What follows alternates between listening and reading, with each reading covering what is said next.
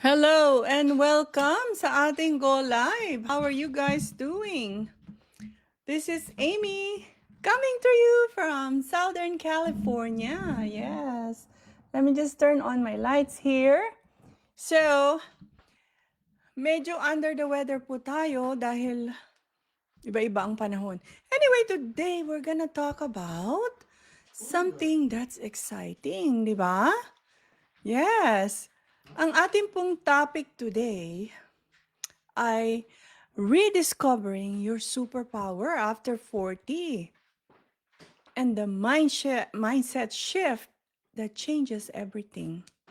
So let me repeat that. It's rediscovering your superpower after 40 and the mindset that you need that change everything. The mindset shift, that change everything. Kumusta po kayo? Yes, mga beautiful women there, ang ating mga midlifers. So if you're in your 40s, 50s, or even 60s, and you're starting to feel like maybe the best years are behind you, it is time to shift your mindset, explore new opportunities, and step into the new version of yourself. Girl, sit back. Because I'm here to lovingly shake that mindset today. Okay? This is your season to rediscover your superpower, shift your mindset, and create a life of impact and joy on your terms. Yes, on your terms. Let's be honest. We've spent so many years being everything for everyone else. Caregiver, employee, cook, cleaner, ano pa, breadwinner. But who have we been for ourselves? Ano ang naging tayo sa ating sarili? Today is about you. Let's have real talk. Let's laugh. Maybe tear up a little. Kasi magkakaroon tayo ng realization, di ba? And definitely shift into something powerful. You ready? Let's go! Let's go! Okay, be honest. Have you ever asked yourself, am I too old for this? Is it too late for me? Maybe you've thought, ayan na naman ako, nangangarap na naman. But sis, what if this is the exact moment you were meant to hear this? You've worked hard. You've sacrificed. You've put your family first for years. Nakalimutan mo na yung sarili mo. Naging losyang ka na. Oh my gosh. But now, what about you? What about your dreams? Ito na ang pagkakataon mo. This is your moment. Not someday, because remember, someday leads to a road of nowhere. Not when the kids graduate. Not when you retire. But now. Now. Today, I want to help you remember your power. Let's go from surviving to thriving. Diba? You know the drill. That's holding you back. Ano ba? Yung standard na itinatak sa isip natin. We were told, work hard, save money, retire in your 60s. Then finally, enjoy life. But what if that plan is expired? Na hindi na siya applicable, hindi na siya nag-work. Kasi ibang panahon na, di ba? What if the perfect time doesn't really exist? Life has a funny way of flying by. Before you know it, masakit na yung tuhod mo, your knees hurts, your back aches, and you get a chronic diagnosis. And suddenly, you're wondering, ano na ang nangyari? Talagang nakalimutan ko na ang sarili ko. So why wait to live? Why wait to feel fulfilled? Let's stop pressing pause on our dreams just because we're older. Your age? It's your asset. It's your strength. Oh my, it's your strength. It's your wisdom in high heels, honey. Yes. Lahat ng pinaghirapan mo, lahat ng dinanas mo throughout the years. Lahat yan, experiences mo sa buhay. They are your assets. Midlife is not the end. It is not the end of your story. It's just a spicy new chapter. You've raised your kids. You've survived top bosses, tough ships sa hospitals, tough patients and situations. You paid bills that you didn't even know you owed. Now it's your turn. You can still build something beautiful. An online business. Yes, that's an example. It doesn't have to be my business. You can do coaching or mentorship business. Have you worked in nursing, caregiving, education, or leadership? You can now coach others based on your expertise, even if you're not techie. Imagine mentoring younger nurses or fellow OFW. You guide them through the career path you walked and get paid for it. Pero isipin mo na lang, iti-train mo rin sila na maging employee, ha? So better train them, better coach them to be entrepreneur. The second example is affiliate marketing or digital product selling. This is where you promote tools or products you believe in and no inventory needed. You simply use your voice, your story, and your social media to educate others about something helpful and earn commissions along the way. So, very nice, right? The third one is freelance services or virtual assistants. Usong-uso to. If you enjoy writing, organizing, or administrative tasks, you can offer those online. Some of our women now do part-time VA work for clients abroad from their homes. No 12-hour shifts, no commuting. Another is online courses or ebooks. Ang daming yumayaman dito, ha? Have a skill, hobby, or life lesson? Package it. One of our community members created a mini course on budgeting for OFWs. And now it's her side income and her way of giving back. Another is digital wellness or lifestyle brand. Sorry, my phone is noisy. Yes, digital wellness or lifestyle brand. If you love wellness, as well as gardening, cooking, or even natural skincare, I do have a mentor who has a candle business. You know those candles with scents, and it's uh, it's very successful. So start a brand around it. Share tips, products, and stories. Yeah, meron nga mga iba dyan, share lang ng like gardening tips, cooking tips sa YouTube. And they click, they become popular. You can build a small business that's powerful in brand, that's rooted in your values. Yeah, never ever lose your values when you do business. Something that inspires others and brings in consistent support to other women. How about a passion project? Perhaps the scrapbook you have been putting off for years, like me.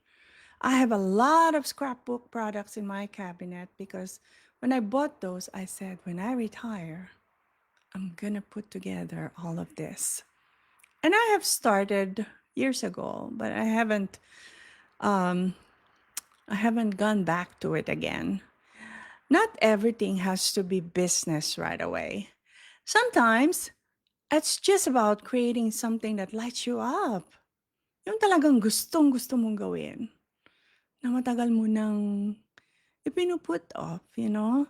Something that makes you feel alive again. Oh my gosh, have you thought about that? Yung gustong-gusto mong gawin para makapagbigay sa'yo ng joy, ng buhay. So here are some of the passion project ideas for midlife women. Creative projects like painting, crafting, or writing that blog or poetry that you've always dreaming of. One woman in our community started journaling again at 52. Journaling is therapeutic. It is somewhat therapeutic to me. That's my opinion. Now she runs workshops teaching others how to process emotions through writing. Talaga namang nakakatulong. Um, and even my psychologist suggested this because it helps you process the emotions that you have. Another passion project that you can do is storytelling or advocacy platforms. Start a YouTube channel, a podcast, or even a Facebook page sharing your OFW journey. Ako, magandang idea yan, ha? Yung naging journey mo simula sa umpisa as an OFW to the point where you're at now. Or maybe your health transformation. That is always a battle for me. Maybe you lost a lot of weight. Yes, you can share that online, and people like to follow that kind of story. You're not just helping yourself, you're inspiring others with your truth when you do such thing, you know? Another thing you can do is community building. Create a small group for single moms, midlife women, empty nesters, ang empty nesters ay yung mga magulang na, pardon me, mga magulang na umalis na yung mga anak kasi adult na, nag-college na sila, or they move out already. Nakakalungkot yan, di ba? And sometimes nakakaiyak. Or OFWs supporting each other online or in person. Yung mga community group na yan. Because when you're far away in another land, far away from your family, from your support, na nasanay ka na, it's very difficult. Naramdaman ko rin yan when I first came to the United States. Yung mga unang buwan, pinaka-difficult. Talagang punong-puno ng lungkot. Imagine creating a safe space that changes lives. And it all started because of you, because you cared. Masarap sa puso yan. Another thing is wellness, gardening, or faith projects. Yeah, this is a sample of passion projects. So grow a mini backyard garden kung maliit lang ang iyong yard and start vlogging it. Start naming your plants. Share how you care for those, mga tips. Yeah, lead a prayer circle online. Pwede din yan. One of my coaches has started an online Bible study group within our community, mga business partners. Isn't that nice? Another thing is share healthy recipes for busy moms. Naku, kung marami kang anak, syempre ang gusto mo yung madaling lutuin lang, di ba? Yung ilalagay mo na sa ano yon, slow cooker bago ka umalis or even at night. And then in the morning, ita-turn on mo na yan. Pag uwi mo after work, luto na. Handa na yung pagkain. Yeah. When you do these things, sometimes your healing becomes someone else's breakthrough. Diba? Okay. One other thing is giving back projects. I love this kasi gusto ko talagang makatulong sa iba. I have shared na talagang yung kikitain ko dito, I wanna use it as a fund to help others para hindi na ako sumasagot ng no sa mga tao na nanghingi sa akin ng tulong. So with giving back projects, you build something that gives like scholarship, support group, or charity drive for causes you believe in. Legacy isn't always loud, diba? Sometimes it's the quiet kindness that ripples into generations. Ang ganda. Ang ganda when you share kindness, when you help others. All right. So, sis, your passion project might just be the seed of your reinvention. It's not about being perfect. It's about being present to what makes your heart beat again. Midlife is the perfect time to create something that matters, not just for others, but finally for you.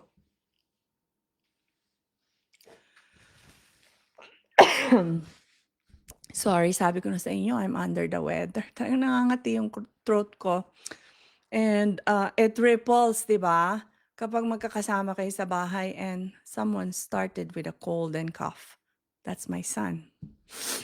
And now, I'm having it. I hope husband will not get it. So the next one that we're going to talk about is legacy. Let's take a moment to talk about it because it's not just about money. It's about meaning. Maybe your legacy is breaking generational patterns by creating time freedom. Makikita nila yan. Diba? Ng mga anak mo. Ng family mo. Wow. Paano niya nagagawa yun? Maybe it's teaching your daughter what empowered woman looks like. Or maybe it's building a business that your future grandchildren will be proud of. Kasi nga, alam mo, sa aming negosyo, kung na-achieve mo na yung pinakamataas na level at ibinigay mo na ito, ipinamana mo na ito sa iyong anak, sa iyong apo, hindi na sila mag-uumpisa sa ibaba pa. Sa kanila na yun, yung negosyo na yun. They don't have to be employees anymore. Hindi na. Or maybe it's finally prioritizing your voice and sharing your story. Your legacy could be the life you finally choose to live, not the one you were forced to settle for. Isipin mong mabuti. Your legacy na ikaw ang pipili at hindi ginawa mo dahil lang kailangan or it's a must. Wala kang choice. Eto meron. Your value didn't decrease with age. It increased. Yeah, maniwala ka. So if anyone says otherwise, kindly tell them, sis, I'm just getting warmed up. At totoo naman yan. I'm just getting warmed up. Guys, at 58, if I can do it, so can you. Let me tell you something. When I first started this journey, I was so scared.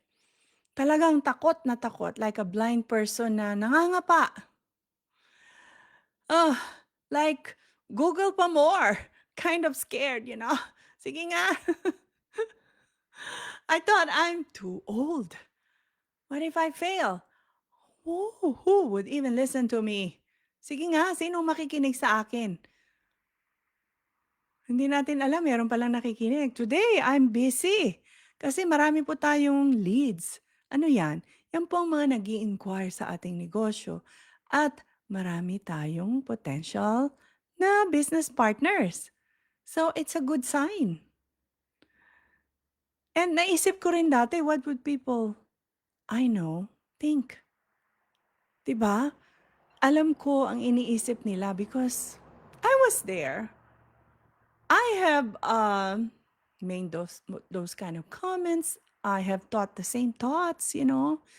Kapag may nakita ako na pareho ko, nag-uumpisa at this age.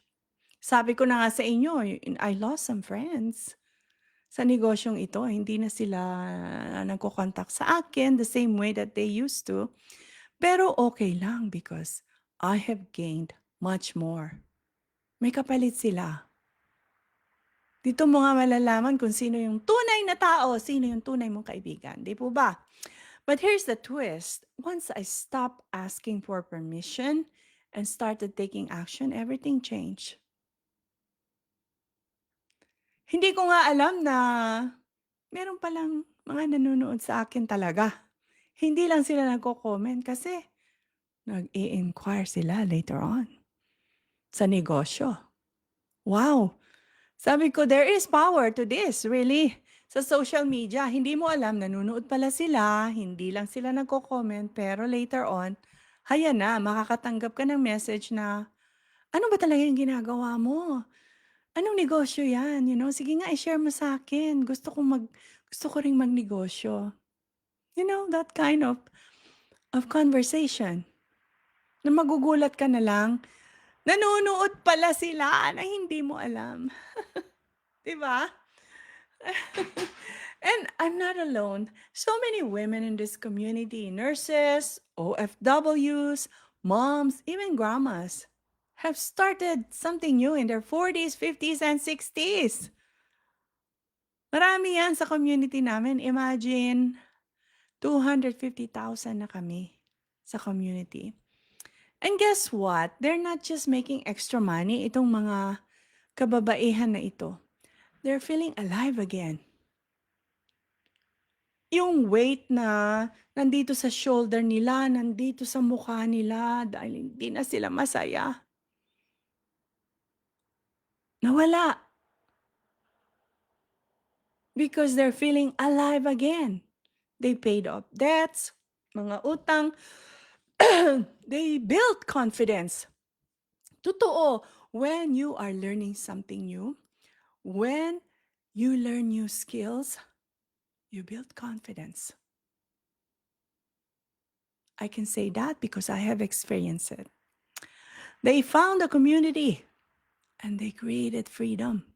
Yun ang ultimate goal, di po ba? Yung freedom.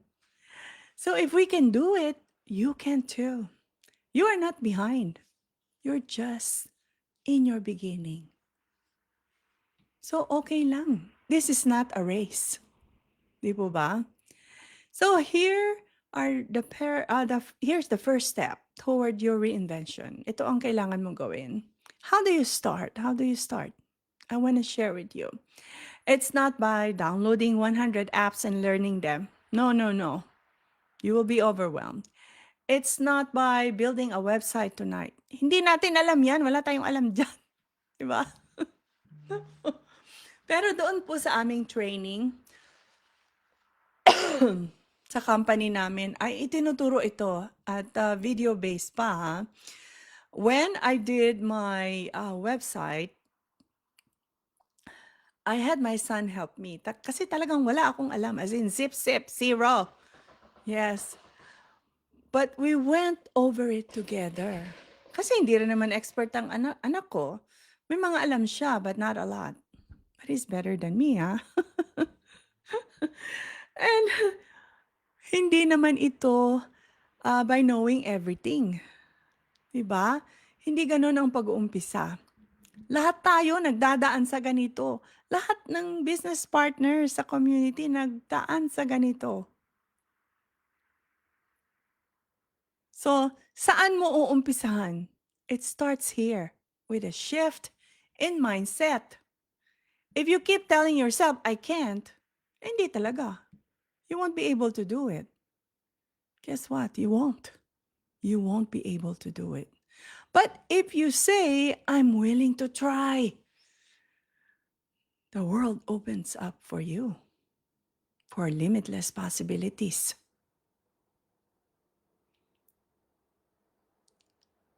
This is the mindset of successful people.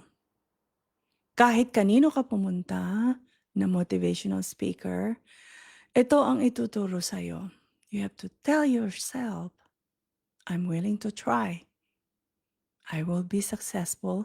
I will learn it. And all possibilities will open up for you. And here's the secret. You don't have to do this alone.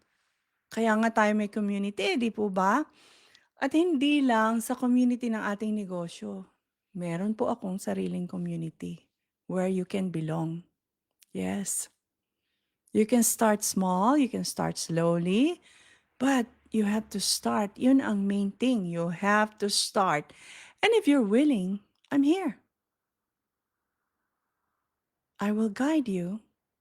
I will hold your hand, journeying this process. Our community is here. It's called Midlife Freedom Seekers. That is our FB group. You don't have to be perfect. You just have to be present. Yeah, paano ka matututo? Paano ka magbabago kung wala ka doon? You have to be present. Okay, gorgeous.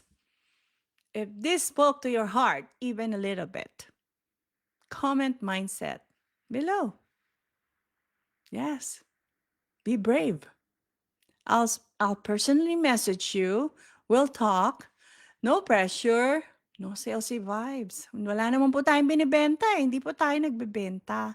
Yan ang pinakagusto ko. Hindi po tayo nagbebenta, naghahabol ng tao. Walang ganun. It is just, women helping women. Ganun lang. And if we have men na papasok, okay lang. Yes. Let's get you moving toward that version, your best version of you that you've been dreaming about. Yeah. So before we wrap up, I want to hear from you. Have you ever felt like you missed your shot? Yung opportunity mo. Like, maybe life passed you by. And dinaanan ka na ng buhay while you were busy taking care of everyone else. Na akala mo wala na talagang opportunity para sa'yo, wala nang pagkakataon. Comment below. Let's talk. No shame, no judgment. Just real stories, real connection, and real hope. I'm going to read some of the comments here and answer live. So don't be shy. I can also answer it after the go live. No worries. Ladies, thank you. Thank you for spending time with me. I appreciate all of you. Yes. And again, the only thing you have to do is step forward and start. Yeah, start. Start by having by questioning, by inquiring. I hope this live gave you the gentle nudge or the fierce push, You needed to believe in yourself again. Yes, you do. Nawawala yun eh. Pag napakatagal mo nang ginagawa yung pagiging employee na yan. I asked my mentor one time, what's wrong with the system? Why are we being taught at school to become employees and not entrepreneur? And his answer, it's the government. Kasi iyan ang standard ng government. Yung turuan tayo na maging empleyado instead of being an entrepreneur. Mali, di ba? Kaya nowadays, sabi niya, yung anak niya, hino-homeschool na lang nila. Because it's better. Yeah, sa kanila, sa magulang sila natututo instead na sa guro. And I'm not putting down teachers. That is a very noble job. Ang magturo, ang i-mold, ang pag-iisip ng mga bata. But again, nagpa-follow lang sila kung ano ang sinasabi ng government na ituro sa mga bata, di ba? So, something is wrong.